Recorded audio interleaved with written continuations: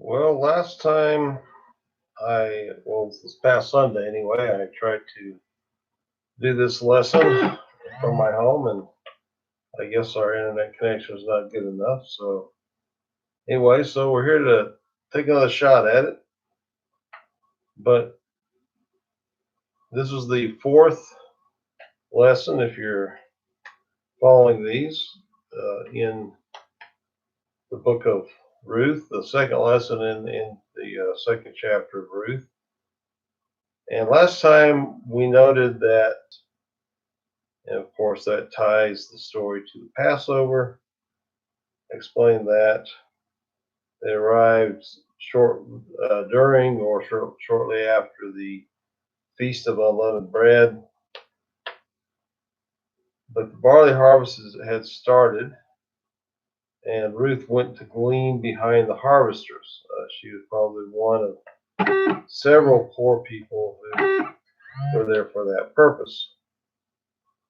And it was part of the law of Moses as a provision for the poor, if you had a barley field, and when it was time for harvest, you were supposed to leave some of it. It's in Leviticus chapter 23, verse 20.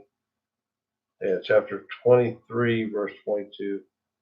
When you reap the harvest of your land, you are not to reap all the way to the edge of your field or gather the gleanings of your harvest. Leave them for the poor and the foreign resident.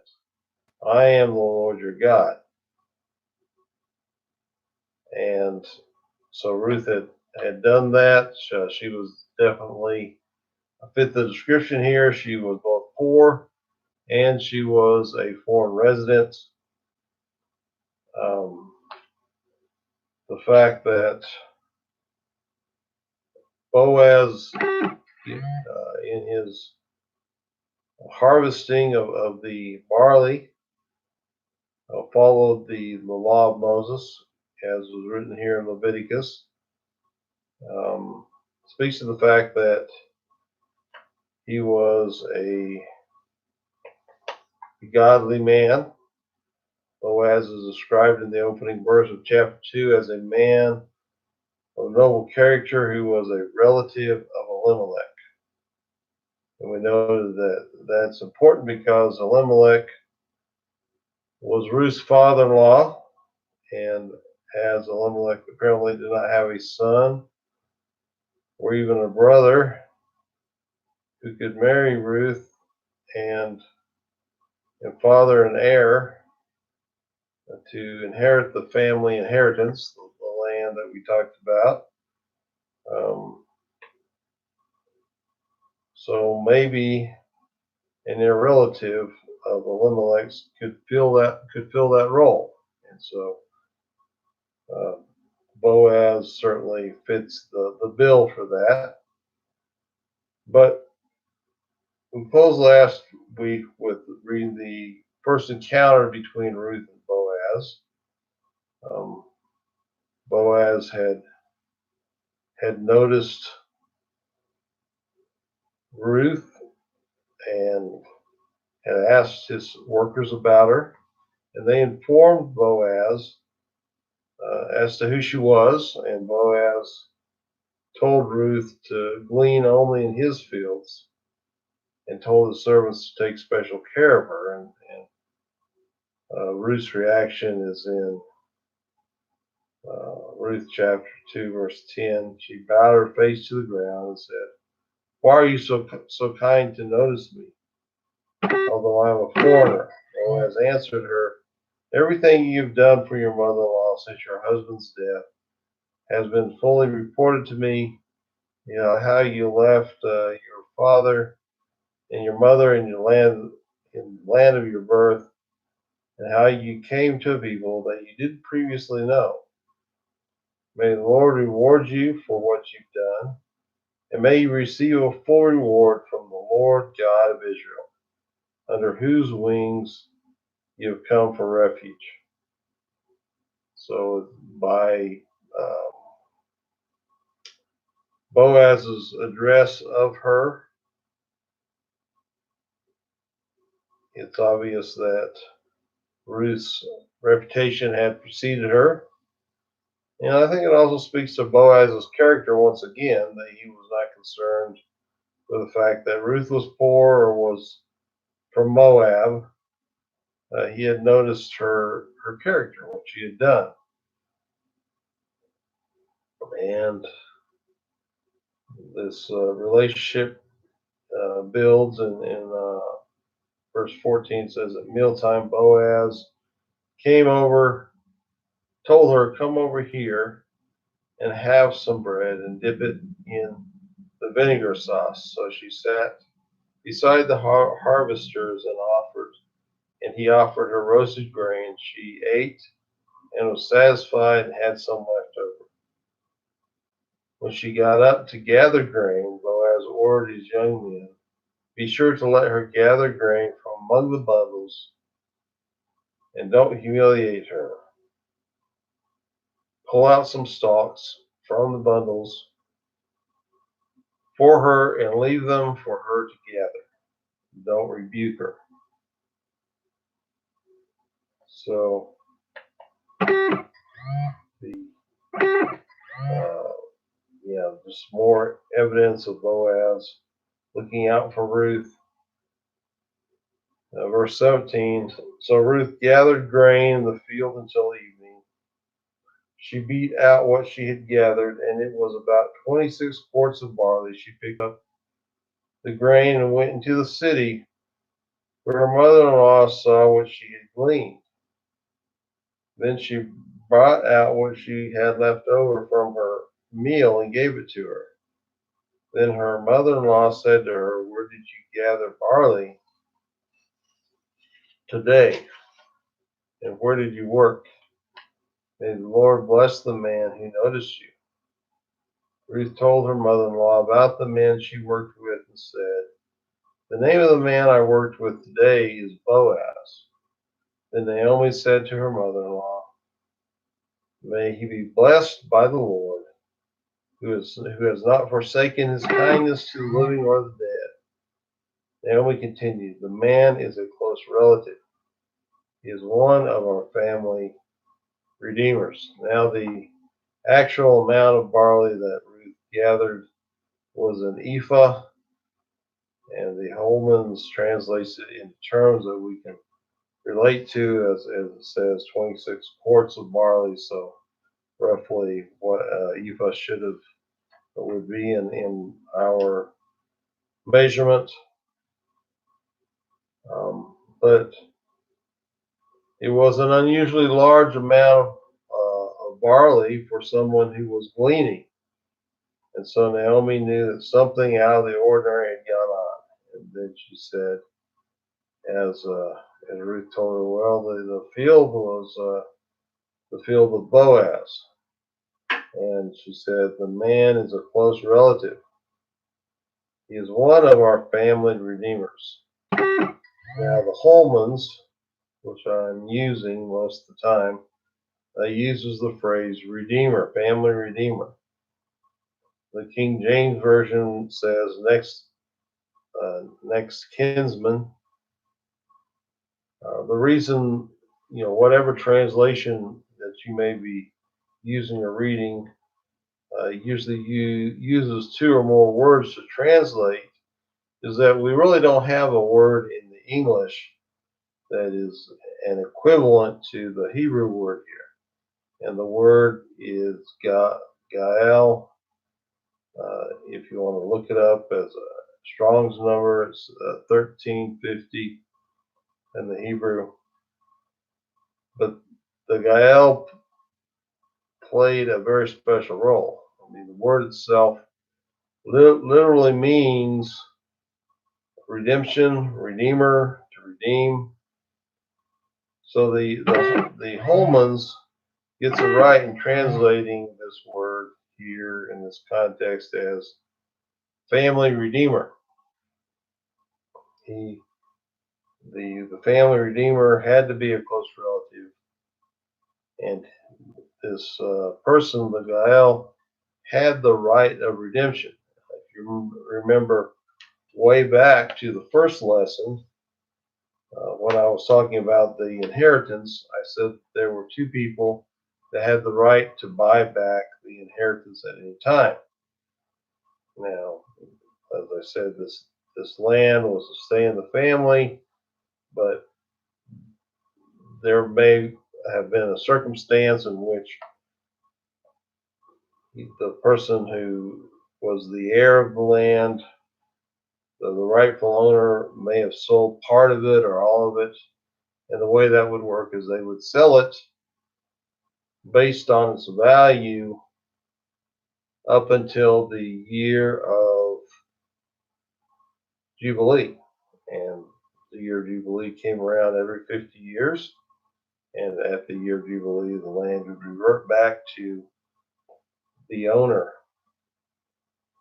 But in the meantime, the owner, the one who sold it, had the right to buy it back at a fair price, of course, and the same with this Gael, the family redeemer, would also have that same right. Leviticus chapter 25, verse 23: the land is not to be permanently sold; it is mine. You are only foreigners and temporary residents of my land. You are to allow the redemption of any land you occupy. If your brother becomes destitute and sells part of his property, his nearest relative may come and redeem what his brother sold. If a man has no family redeemer, but he prospers and obtains enough to redeem his land, he may calculate the years since its sale and repay the balance to the man he sold it to, and return to his property. But if he cannot obtain enough to pay him, what he sold will remain in possession of his purchaser until the year of Jubilee. It is to be released at Jubilee so that he may return to his property. So the Gael had the right of redemption. If the inheritance had been sold, the Gael could redeem it, and the person who had bought the land until the year of Jubilee could not refuse a fair offer. Now, the Gael had the right of redemption, but he also had another role, a more grim one. Now, to understand this, a little bit of background.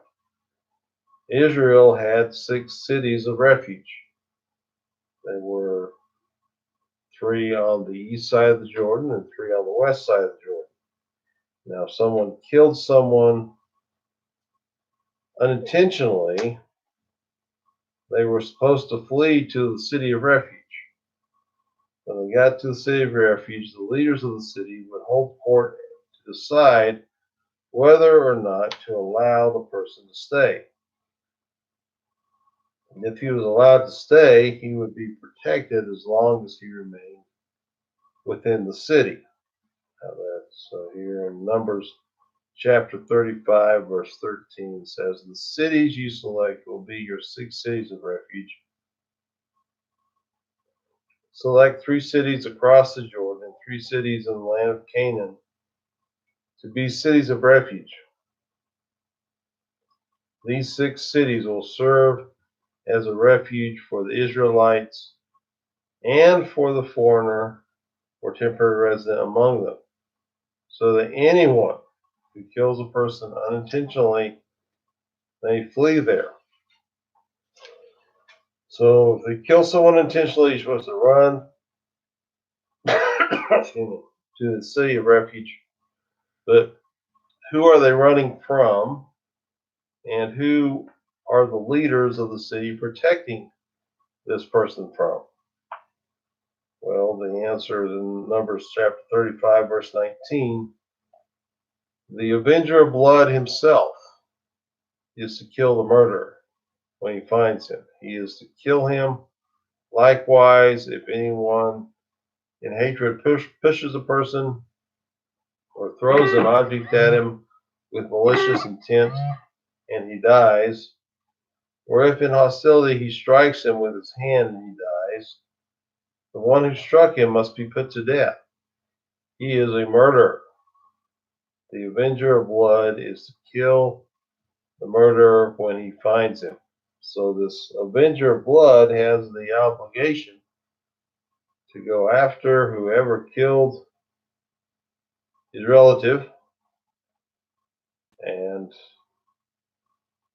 the person had better run for a city of refuge, especially if he's um, innocent of intentionally killing someone. But the Redeemer and the Avenger of Blood are the same person. In fact, they're the same word in the Hebrew. That's this word Gael again. The Gael had the obligation to avenge the blood of his relatives, and he had in a sense, he had a license to kill. If he, uh, killed the murderer, he was not held as being guilty of murder.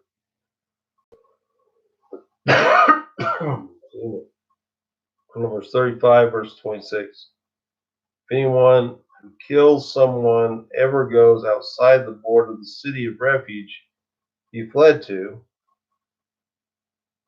and the avenger of blood finds him outside the border of his city of refuge and kills him, the avenger will not be guilty of bloodshed. So think about that for a second. The Redeemer and the Avenger are the same person, and they have the same word. It certainly adds, another dimension to passages that use this word Gael. One example that I pulled out is Psalm chapter 106. Psalm 106, verse 9. He rebuked the sea, and it dried up. He led them through the depths as through a desert. He saved them from the land of the adversary. He redeemed them from the hand of the enemy. Water covered their foes, and not one of them remained. So God, this is talking about, of course, the deliverance of Israel from Egypt. And God not only provided for the firstborn of Israel to be redeemed by the blood of the Passover lamb, but he also avenged with blood, as he provided for the Israelite, the firstborn of Israel, to be redeemed, but then for the Egyptians, he avenged with blood as the destroyer passed over Egypt. And so not only the firstborn son, there was not a firstborn son left alive in Egypt, and that was from the Pharaoh to the slave and even to the livestock. Now, this would be playing this other role as well. But Jesus is our Gael. Jesus came as our kinsman redeemer. Adam sinned and lost the inheritance, and we are all descendants of Adam. It was necessary that someone descended from Adam redeem the inheritance, and that's what Jesus says he came to do in Mark chapter 10, verse 45. He says, "For even the Son of Man," so here Jesus calling himself a son of Adam, a son of man, did not come to be served, but to serve and to give his life a ransom for many. So act of redemption. So Jesus, the Son of Man, Son of God, paid the price of redemption. And he will restore everything that was lost and more. Romans 8 talks about how we often just think of redemption in terms of our salvation, which is very true. But in Romans 8, Paul talks about the way that this redemption has gone beyond our redemption, our salvation, and will affect all of creation. So Romans chapter 8, verse 18, for I consider that the sufferings of this present time are not worth comparing with the glory that is going to be revealed to us. For the creation eagerly waits with anticipation for God's sons to be revealed. So the ones who will be the inheritors, will receive the inheritance. For the creation was subjected to futility, not willingly, but because of him who subjected it, in the hope that the creation itself will also be set free from the bondage of corruption into the glorious freedom of God's children. For we know that the whole creation has been groaning together with labor pains until now. Not only that, but we ourselves, who have the Spirit as the first fruits, we also groan within ourselves, eagerly waiting for adoption, the redemption of our bodies. In this hope we are saved. Yet hope that is seen is not hope, because who hopes for what he sees? But if we hope for what we do not see, we eagerly wait for it with patience. So a redemption of everything, as far as creation itself, being groaning, waiting for the sons to be revealed. Um, so, so he is the Redeemer, and he is the Avenger. And Jesus is the Redeemer. He's the Avenger. Revelation chapter 6 talks about the martyrs who died during the coming Great Tribulation, and they are appealing to Jesus to avenge their blood. Okay, when Revelation chapter 6 verse 9, when he opened the fifth seal, I saw under the altar the souls of those slaughtered because of God's word and the testimony they had. They cried out with a loud voice, O Lord, holy and true, how long until you judge and avenge our blood from those who live on the earth? So there's a not only where for these martyred saints, but for all time there's coming a day of vengeance, a time when Jesus will set the record straight. There will be no injustice left. He will he will do justice. He will bring about justice, and so there he will play the role of the kinsman redeemer and the avenger of blood, the complete role of the Gael. Isaiah chapter 63, and I'm reading from the New King James Version. Isaiah saw that day of vengeance coming, and this is in, well, I'll try to read it right, because it's a back and forth dialogue here. He says, who is this who comes from Edom with dyed garments from Basra? This one who is glorious in his apparel, traveling in the greatness of his strength. And then the response, I who speak in righteousness, mighty to save. Why is your apparel red, and your garment like one who treads the winepress? I have trodden the winepress alone, and from the peoples no one was with me. For I have trodden them in my anger, and trampled them in my fury. Their blood is sprinkled upon my garments, and I have stained all my robes.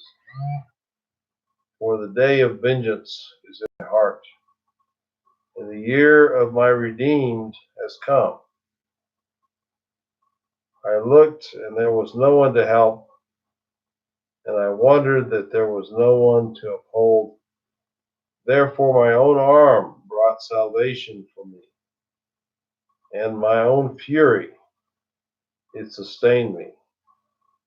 I have trodden down the peoples in my anger, and made them drunk with fury, and brought down their strength to the earth. So Jesus came the first time as in the role of the Redeemer, the kinsman Redeemer, and when he returns, he will return as conquering king. He'll return in the role of the avenger of blood. Now, back to our story. Boaz was a near relative, a noble, a man of noble character. So when Naomi heard that he had noticed Ruth, I think that that's when she began to hope again. Now we'll finish up our lesson here, reading from Ruth chapter 2. Ruth the Moabitess said, "He also told me, 'Stay with my young men until they have finished all of my harvest.' So Naomi said to her daughter-in-law Ruth, 'My daughter, it is good for you to work with his young women, so that nothing will happen to you in the field.' Ruth stayed close to Boaz's young women and gathered grain until the barley and the wheat harvests were finished. And she lived with her mother-in-law." And so next time we're going to start out by talking about, because it gives us the time span here of how long Ruth was working in Boaz's fields, gleaning, and it says she was there until the barley and the wheat harvests were finished. And these things also fit into the Jewish calendar, and we'll talk a little bit about those next time. Let's pray. Father God, we thank you for your word, and I ask that you would bless those who are listening to this. Lord, I pray this would be a blessing to them. And I ask these things in Jesus' name. Amen.